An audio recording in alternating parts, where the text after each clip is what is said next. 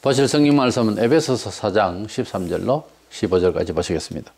우리가 다 하나님의 아들을 믿는 것과 아는 일에 하나가 되어 온전한 사람을 이루어 그리스도의 장성한 분량이 충만한 데까지 이르리니 이는 우리가 이제부터 어린 나이가 되지 아니하여 사람의 속임수와 간사한 유혹에 빠져 온갖 교훈의 풍조에 밀려 요동하지 않게 하려 함이라. 오직 사랑 안에서 참된 것을 하여 범사에 그에게까지 자랄지라. 그는 머리니 곧 그리스도라.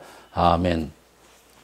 우리 예수 믿는 사람이 믿음이라고 하는 건 천국을 믿고 사는 그 한 가지를 족하고 신령한, 그러니까 속사람, 하나님을 사랑하는 내 속사람의 성장을 위해서 노력하지 않는 사람들이 많은데, 우리는 범사에 한 해도의 예수를 믿는 생활 중에 우리 속사람이 자라고 있는가를 자기를 좀 점검을 하면서 살아야 되고, 늘 항상 성숙할 수 있도록 그렇게 노력을 해야 됩니다. 이것이 성경의 교훈이고 명령이기도 합니다. 그래서 새로운 사람이 되어 있는 속사람의 그 성숙에 대해서 말씀을 나누고자 합니다. 먼저는 교회에서 말하는 속사람의 성장은 세상이 말하는 인격적 성숙, 그거하고는 표현은 비슷하게 하지만 다릅니다. 우리 속사람이라고 하는 것은 하나님을 믿는, 하나님의 목적에 맞는 인생관이 자라는 거죠. 하나님을 바라보는, 하나님 나라에 소망을 둔 그 정신의 사람이 성숙해지고 커져가고 믿음이 강화되는 것을 말합니다. 그렇게 하려면은 불신자들에게 교훈할 수 있는 내용이 아니에요, 이것은. 불신자들에게는 교양적인 사람, 인격적인 사람으로 성숙시킨다, 그런 말은 하죠.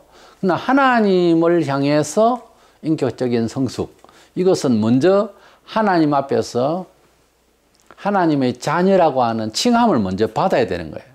그러니까 성경에서 말하는 새로운 사람, 속사람의 성장을 바라야 하는 우리 성도들은 기본적으로 하나님이 어렵다 칭해 주신, 하나님이 보실 때에 똑같이 세상을 사는데도 다 같은 죄인이지만 예수님을 믿고 믿음으로 어렵다 칭함을 받은 사람이어야 이 말귀를 알아듣고, 이렇게 되어진 사람은 그 믿음으로 어렵다 칭해 주신 하나님의 은혜 가운데 기쁨을 가지고 새로운 소망의 철학으로 사람이 살려고 하게 되어 있습니다. 하나님께서 나를 죄 사함 주시고 어렵다 칭해진 것이, 칭하여 주신 바가 마음에 깨닫지를 못해도 교회를 다녀요. 못하면 신령한 속사람의 성장을 노력하지 않아요. 다시 말해서 어렵다 칭함을 받은 사람이 이 말을 알아들을 수 있고 호응을 할 수가 있다는 거죠. 불신자는 아예 안 되는 이야기고요. 교회 다니는 신자라도 영혼에 어렵다 칭함을 받지 아니하면 이 말을 그렇게 좋게, 아주 간절하게 들리지를 않습니다. 예수 믿고 부자 되고 돈이나 생각하지. 그러니까 하나님이 내 영혼을 건드려 주시고, 내 영혼이 즐겁다, 영혼이 가볍다, 영혼의 기쁨이다, 이 말귀를 알아들으면은 이건 보통 은혜 받은 사람이 아니에요. 이건 정말 계시 아니고는 모릅니다. 우리 영혼의 실존에 대해서 일반적으로 공부해가지고 알 수 있다 하면 다 예수 믿죠. 근데 우리 영혼의 실존과 영혼의 즐거움, 영혼의 유쾌함, 이것은 참 신비로운 기쁨입니다. 이 기쁨은 한 번만 체험해도 평생 가요. 그 기쁨이 있다는 걸 알면 영혼의 존재를 알고 심판을 알고 하나님을 알기 때문에요.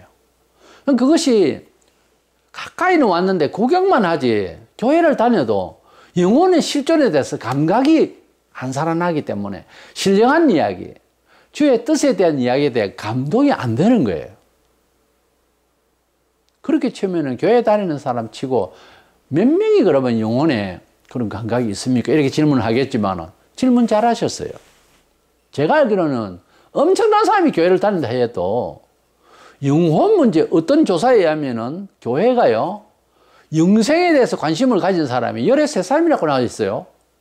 통계가 여러 가지 문제가 있지만은, 저는 교회를 다 다닌다고 다 천국 간다, 교회를 다닌다고 다 하나님과 함께한다, 난 그렇게 안 믿어요. 그렇게 안 믿습니다. 원리적으로 그게 안 맞는 이야기예요.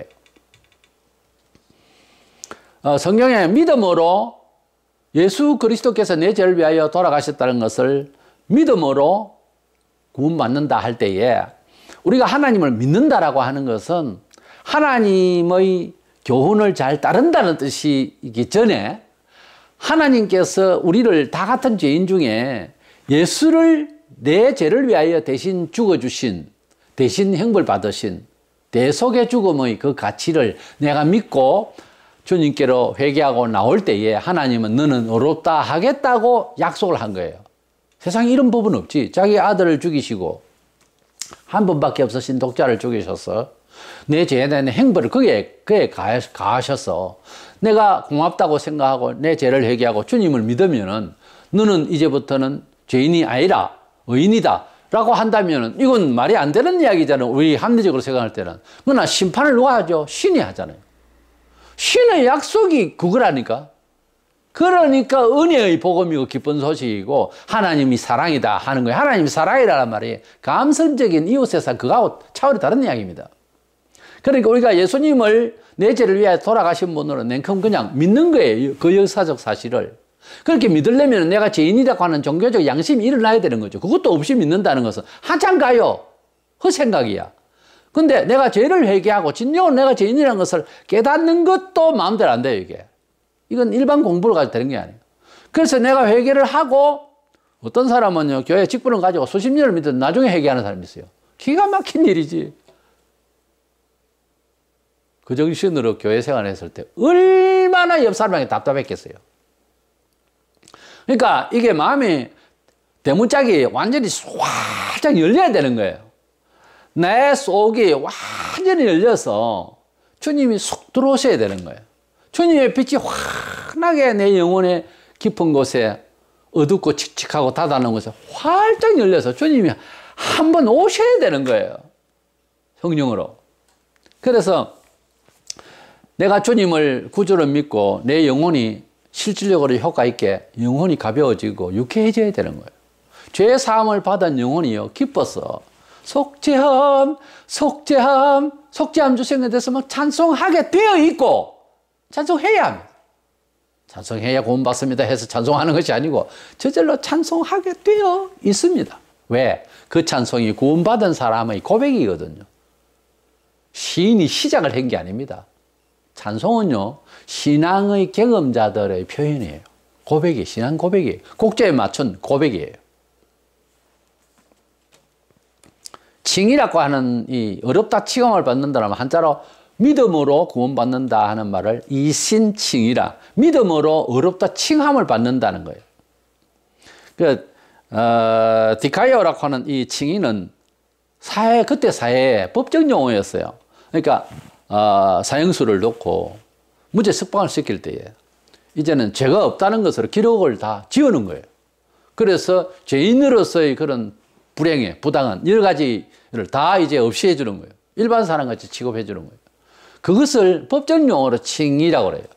우리 용어가 상업 용어가 있고 법적 용어가 있고 문학 용어가 있잖아요. 음악 용어가 있고 그것이라는 말, 좋다는 말인데 거기에 S가 붙으면 상업 용어로 상품이라는 말이에요. 그러니까 이 말 자체가 상품이라는 거하고 좋다는 말하고는 종교철학적으로 깊이 들어가면 뜻이 통해요. 원래 하나님이 만드신 게 좋다는 거지. 만물을 만드시고 하나님이 좋다 그랬어요. 예, 보기 좋다 그랬어요. 이 모든 상품을 만드시고 이 모든 물질을 만드시고요. 그래서 따지고 보면은 다 그렇게 연결이 되는데 어쨌든 이 어렵다 칭하시는 이 법적 용어에 있어서 이 칭이 어렵다 칭하신다고 하는 성경의 표현은 죄수를 넣고 무죄를 갖다가 선포해 주는 그런 용어예요. 그러니까 법적 효력을 확실히 발생하는 거죠. 하나님께서 우리를 보실 때 다 죄인이란 말이에요. 그 근거는 다 죽잖아요. 죽음의 원인은 성경적으로 죄인이기 때문에 죽는다 되어 있어요. 그러니까 우리가 왜 죽는가 하면 병을 치면은 죄의 병을 앓다 죽는 거죠. 말하자면 보편적인 다 죽음이. 근데 우리가 예수 믿어도 죽어요. 그러나 부활해서 천국을 가게 되고 그렇게 되면 다시 살게 되는데 예수님은 삶을 일어났습니다만 사흘이나 7, 80년 생애나 자관 죽었다가 살아나는 것은 사실이에요. 우리도. 그러면 우리가 부활했을 때에 천국을 가게 되고 또 다시 부활시켜서 지옥을 보낼 때는 이거는 살아서 죽은 자들, 죽은 것보다 더 하잖아요. 지옥을 가는 거니까. 이거는 멸망이죠. 그래서 우리가 칭이라고 하는 것은 어렵다 칭함을 받는 것은 그 효력의 완전한 발색은 부활할 때 확실히 보여주게 되는 거죠. 근데 어렵다 칭함을 받게 된 이 사람은 인격이 깨끗하게 됐다. 그 말이 아니에요. 그러니까 예수 믿고 하나님 나라에 가게 된 사람의 인격이 어렵다 칭했다고 해서 변화받았다라고 말할 수는 없어요. 수도를 하고 교양을 쌓고 인내심을 기르고 이런다고 해서 하나님께서 야 너는 천국 갈 만하다. 그게 아니고 죄는 더 많아요. 어떻게 보면 더 밝혀졌기 때문에 예수 앞에. 그런데 하나님께서 예수를 믿는 자에게 내 죄를 위하여 대신 벌 받았다. 행벌 받았다. 벌이 아니고 내 죄를 위하여 속죄의 제물이 되셨다. 희생의 제물이 되셨다 하는 것을 믿고 감사하며 회개하며 그렇게 예수님을 구주로 나의 생명의 주님으로 이제 모시게 된 삶을 사는 자를 의인이라고 칭이 어렵다 칭했다는 거예요. 어렵다 칭해주는 심판자의 입장에서 말이지 내가 어렵습니다라고 하는 것이 아니라고 말해요. 이 사람은 죄성은 그대로였어요. 우리가 해방일을 기념해서 광복절에 보면은 대통령 특사로 무죄 석방으로 나오는 경우가 있어요. 그 특사로 나오는 이런 사람이 죄성이 없다는 것이 아니고 특혜를 받은 거지 말이에요. 특별한 사면의 특사. 우리가 하나님의 자녀가 되었다라고 하는 것은 사람이 그럴만 해서 천국 갔다 그 말이 아니고 특별 사면이란 말이에요. 지옥 가고 있는 사람을 특별 사면으로 그 감옥 같은 세상에서 끄집어낸 거예요. 특별 사면 받은 것을 내 입장에서 변호를 할 게 아니라니까요. 하나님의 입장에서 우리를 변호해 주시는 거예요. 내 아들 때문에 너가 살았다. 누가 시비를 하면은 우리하고 같은 죄인인데요. 그래요. 그렇지만 불신자한테 그렇게 할 때 심판날 하나님께서 약속하신 바라 그거죠. 구원 문제를 놓고 말씀하시기를 비유컨대 어떤 사람이 일꾼을 부르는데 시장터에 가서 넣어서 아침에 9시에 부르는 12시에 불러 오후 3시에 불러 나중에는 한두 시간 나눠놓고 불러. 그런데 나중에 저녁에 임금을 줄 때에 일 마치고 하려는데 똑같이 죽은 거야. 그럼 아침부터 저녁까지 일한 사람이 나와서 어떻게 이럴 수 있습니까? 이렇게 반박한다는 거예요. 성경에 비유가 있죠. 그럴 때 자네하고 내하고 아침부터 오늘 얼마 주겠다고 약속했잖아. 맞나? 맞죠? 그거 왜 불만하느냐? 저녁에 온 사람도 내가 얼마 주겠다고 약속해서 왔다. 그 사람은 자네가 9시간을 일하는 것보다 저 사람은 2시간을 일을 해도 원래 부자고 원래 잘 살기 때문에 이런 일을 안 하는데 한 2시간 일해도 9시간 자네가 일하는 것보다 더 잘할 수 있고 해서 내가 불렀는지 어쨌든 자네가 어떻게 알아? 그리고 나는 아쉬워서 급해가지고 사람이 하나 더 필요해서 오후 늦게 불러도 이건 그만큼 치줄 것은 내 뜻이다 이거야. 맞잖아요. 그걸 그대로 뭐 사회에 적용할 일은 아니지만은 그 내용상은 틀린 말은 아니잖아요. 내 것을 가지고 내 마음대로 하는데 왜 자네가 10이냐? 이렇게 나온다. 그거 뭔가 하면 내용이 임금 문제가 아니고 구원 문제를 말해요. 그래서 그 뒤에 나중에 먼저 된 자가 나중 되고 나중 돼야 먼저 될 수도 있다 하는 말씀을 하는 거 보면 이건 구원 문제거든요. 비유컨대. 그러니까 내가 볼 때는 내보다 저 사람이 못났는데 구원받고 상을 받았다. 이런 경우가 발생한다는 거지. 유대인들은 하나님을 전통적으로 믿고 있었는데 벌을 받았고 불신자들은 더 잘 돼 있다. 유대인들이 분노가 나는 거지. 그런 비유입니다. 말하자면. 예수 믿는 것은 오래 믿었다 안 믿었다 그거하고 아무 상관없어요. 뒤에 믿는 사람이 더 잘 될 수도 있고요. 좋은 집안에 나서 더 못 될 수도 있어요. 나쁜 집안에 낳고 불안한 환경인데도 잘 될 수도 있어요. 교회 사회적으로 얼마든지 그런 일이 뒤집어 놓는 일이 많아요. 아니 성경이 그렇게 아예 말씀하셨고 연약한 자를 들어서서 강하다는 자를 부끄럽게 하고 그래서 교회 안에는 죄인인데 의인처럼 하는 죄인인 의인이 있고요. 지가 어렵다 하는데 죄인인 사람이었어요. 그 의인인 죄인이 있고 죄인인 의인이 있어요. 우리가 하나님 앞에서 내가 인격 도야가 되어서 그래서 하나님 족하셔서 어렵다 칭하시고 구원을 받는 것이 아니고 하나님 편에서 우리는 도저히 계산할 길이 없어요. 하나님께서 예수님을 주시고 독자를 주시고 희생을 시켰었는데 그 예수님이 날 위하여 돌아가셨다는 것을 눈물로 감사하며 그 주님을 내 생명의 주님으로 내 생애 최고의 주님으로 내 최고의 반려자로 내 최고의 목표로 삼는 그것을 하나님이 기뻐하신다니까요. 하나님 누구죠? 심판자예요. 죄에 대한. 그래서 하나님 편에서 너는 어렵다. 라고 너는 죄가 없다 이 말이죠. 너는 참 착하네. 그 말이 아니고 내가 너를 무죄에 석방한다 이 말이에요. 법전 용어로 가야 돼 이거는. 너는 특사로 너는 이제 석방한다. 이런 뜻이에요. 어렵다 칭해준다 하니까 나이가 뭐죠? 착해진 거 아니올시다. 교인들이 더 나빠요. 그래도 하나님께서 예수님을 구주로 믿는 그 마음을 보시고 그 마음조차 없으면 아니지 이거는. 욕을 들어도 싸지. 근데 그 마음을 제대로 가지고 있으면은 어렵다 칭하겠다고 하는 심판자로서 약속이에요. 은혜의 언약이라 그러지. 그래서 이 언약을 믿는 것이 구원의 말하자면은 조건이에요. 기독교는. 타 종교와 완전히 다른 게. 근데 보통 종교 보면 윤리가 있고 도덕이 있고 뭐 여러 가지 인격 중심으로 여러 가지 말을 해요. 그거 가지고요. 아무리 인격도요 어떻게 좋기야 좋죠. 근데요 그거 허당입니다. 더 깊이 들어가 보면 사람의 인격 교양이라는 건 별거 아니에요. 조금 있으면 이기심이 나오는 거예요. 사람이요 평생에도 안 됩니다 이거는. 그걸 가지고 천국까지 갈 수가 없어요. 천국은 예수의 마음 아니고는 감당이 안 돼요 거기는. 거기에는 보통 뭐 인격적 이런 것으로 참을 확 넘어 있는 거예요. 거기에는 예수의 마음이 아니면은 감당이 안 되는 나라입니다. 정서상. 이렇게 예수로 채워야 돼요, 우리가 자꾸. 어렵다 칭함을 받는 것은 이래서 착해가지고 구원을 받거나 하는 것은 아닙니다. 내가 지금 새 사람, 속 사람의 성장에 대해서 말씀을 하려고 하는데 이것을 하려면 먼저 어렵다 칭함을 어떤 면에서는 경험되어져야 되는 겁니다. 그러고 난 뒤에 이것을 할 수가 있어요.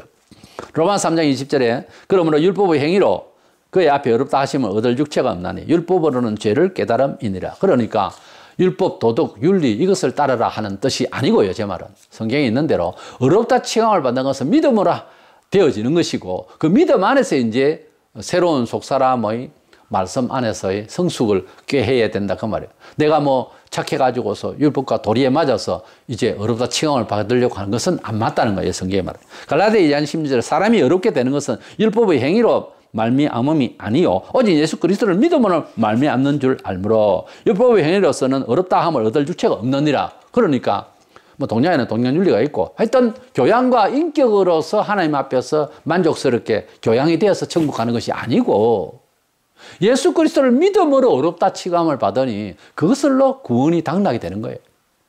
그러니까 하나님 앞에서 인정은 우리가 생각하는 동양은 동양대로 가치가 있고 서양은 서양대로 가치가 있고 시대마다 달라요. 그걸로서 아니라는 거지. 하나님께서 원하시는 잣대는 예수예요.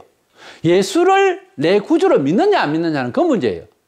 도대체 그 사람을 믿고 안 믿고 하고 내 인격과 무슨 관계가 있습니까? 이렇게 또 반성할 거예요. 그런데 그렇게 하겠다고 한 것이 하나님의 심판자의 뜻이라니까요. 목 놓아 외치고 싶은 것은 그겁니다. 세상의 모든 합리적인 이해하고는 달라요. 아주 특별해요. 특별한데 그것이 가장 효율성이 있어요. 자, 보세요. 돈 많은 사람, 착한 사람이 구원받는다 하면 이거 뭐 보통 문제가 아니잖아요. 지식인이 또는 교양이 그것도 뭐 먹고 살고 뭐 돼야 지식이 교양이 인격이 되지 안 그래요? 현실적으로. 그래가지고서는 기회를 누구에게 있냐 이거야. 누가 구원을 받을 수 있겠어요? 교육도 뭐 집안이 뭐 돼야지. 종놈의 집에 나가지고서 그만 집안에 나서 무슨 놈의 교육? 뭔 인격의 품성? 안 되잖아요. 사람이 힘들잖아. 그렇게 따지려고 하면 합리적으로 아무리 맞춰보려고 해도 불만자가 또 일어나게 돼 있어요. 안 된단 말이에요. 그렇기 때문에 다 그것을 제하고 무효시키고 하나님께서 아들 이 세상에 주셨어. 내 아들이 너희 모든 누구든지 죄인을 위하여서 이제 대속의 제물이 되었으니 믿으라. 믿으면은 내가 너를 죄 없다고 쳐주겠다. 인정하겠다. 그 선언 앞에는 뭐 가타부터 할 이야기 없잖아요. 아주 방법이 간단하잖아요. 그래서 기쁜 소식이라 해서 복음이라 하는 거예요. 한자 말이 복음 자체가 기쁘다는 거예요. 유앙겔리온이라는 복음이라면 기쁜 소리라는 거예요. 그것도 교회 다니면서 모르고 맨날 인격적으로 사람 그냥 재단이나 하고 어떻게 좋네 어떤 사람 나쁘네. 그때가 제일 나빠요 오히려. 그러지 마세요. 예수님을 많이 사랑하는 사람이 어떤 면에서는 착해요. 왜? 예수님을 구주로 예수님을 닮으려고 하면요 세속적인 자기 인격과 교만 자랑 이것을 안 죽이면 안 돼요 이게. 그게 가치가 별로 없어 보인다 하는 사람은 아직도 자기 인격 중심이야. 자기가 잘났어. 근데 그걸 다 내려놓고 예수를 닮으려고 하면 굉장히 갈등이 옵니다. 누구나. 그런데 그것을 잘 훈련해서 예수를 닮아가는 교회 풍습대로 사람이 만들어져가는 보통 좋은 사람이 아닙니다. 왜? 자기를 죽이거든. 안 그러면은 똑같아요. 세인들하고. 자기를 반성해 보세요. 어느 중심의 잣대를 가지고 있는지. 예수 중심의 잣대로 내 자신부터 그렇게 교전해 나가기를 바랍니다. 그래서 칭의롭다는 것은 하나님으로부터 주시는 은혜요.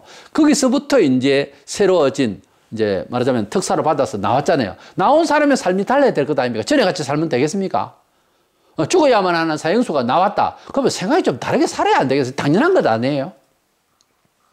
그래서 어려운 속 사람의 성숙에 대해서 두 번째로 이제 생각을 해보는데, 우리가 예수 믿으면 구원받는다 하니까 그다음부터는 생각을 안 하는 거예요. 예수만 믿는다. 예배당 왔다 갔다. 그게 아니고 속 사람이 되어 있는, 이제 감옥에 있다가 특사로 밖에 나와 있는 흉악한 죄인이었다라고 할 때에 그것이 가정이 아니고 사실이에요.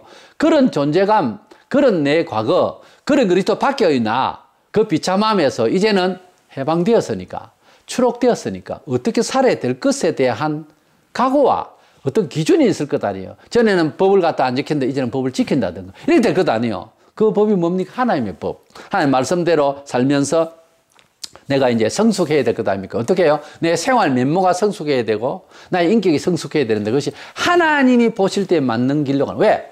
특사 받을 때에 이미 하나님 법대로 예수 믿어서 구원받을 수 있게 하겠다는 그 말씀 안에서 내가 구원을 받았으니까 이제는 그 사람으로서의 삶도 주의 뜻대로 살아야 될 것 아닙니까? 원리 그렇잖아요. 본문에서 이런 새로운 인격의 발전은 범사에 그에게까지 자랄지라, 그리스도에게까지 범사에 그리스도를 닮아서 그렇게 성장해야 된다 했습니다. 골로새 3장 10절에 보면 새 사람을 입었으니 이는 자기를 창조하신 자의 형상을 쫓아 지식에까지 새롭게 하심을 받은 자니라. 그리스도 안에 들어오면은 모든 개념 자체가 이념이 바뀌어요. 철학적으로 생각하는 게, 우주관, 인생관, 사후의 모든 것들에 대해서 개념 자체가 바뀝니다. 이래서 우리의 성숙도를 위해서 몇 가지 생각을 하는데, 진리의 말씀을 듣고 따라갈 때에 우리가 성숙해집니다. 요한복음 17장 17절에 그들을 진리로 거룩하게 하옵소서. 아버지의 말씀은 진리입니다. 그러니까 진리대로 산다고 하는 건 읽고 듣고 지켜나가는 것. 그런 가운데서 내가 변화를 받는다. 그리고 기도 생활. 디모데전서 4장 5절에 하나님의 말씀과 기도로 거룩해진다 그랬어요. 그리고 연단을 받을 때 하나님의 말씀대로 살아가면서 그런 환난과 어려움이 올 때에 그걸 잘 받아내면, 욥기 23장 10절에 그러나 내가 가는 길은 그가 아시나니 그가 나를 단련하신 후에 내가 순금같이 되어 나오리라. 그렇게 말씀하고 있습니다. 우리가 하나님의 말씀의 씨를 받았고 새로운 존재가 되었는데 이 씨를 땅에 심지 않으면 안 되죠. 심었으면 또한 관리를 해야 되는 거예요. 똑같은 겁니다. 그래서 내 삶이 그리스도의 말씀 안에서 심겨지는 것은 기도 생활과 인내 생활을 다 해서 성숙도가 해마다 조금씩 더 예수의 사람으로 커나가야 되는 거예요. 10년 전에 하는 짓이나 지금이나 똑같다. 이 문제가 있는 거죠. 우리가 예수 믿고 연년 월월 달라져야 되는 거예요. 해마다 사람이 성숙하게 되어지고, 몇 년 전에는 예수님 같은 그런 신앙이던데, 한 몇 년 지나고 나서 보니까, 목사같이 보이고, 장로같이 보인다? 뭐 이런 말을 들을 정도로 성숙해 나가야 되는 거예요. 그 과정이 말씀과 기도와 훈련 속에서 되는 겁니다. 어차피 하나님 말씀의 언약대로 우리가 구원을 받았으니까, 의인이 됐으니까 어려움의 사람으로서 성숙해 나가고 은총을 받으려고 하면 어차피 하나님 말씀대로 가야 되는 거예요.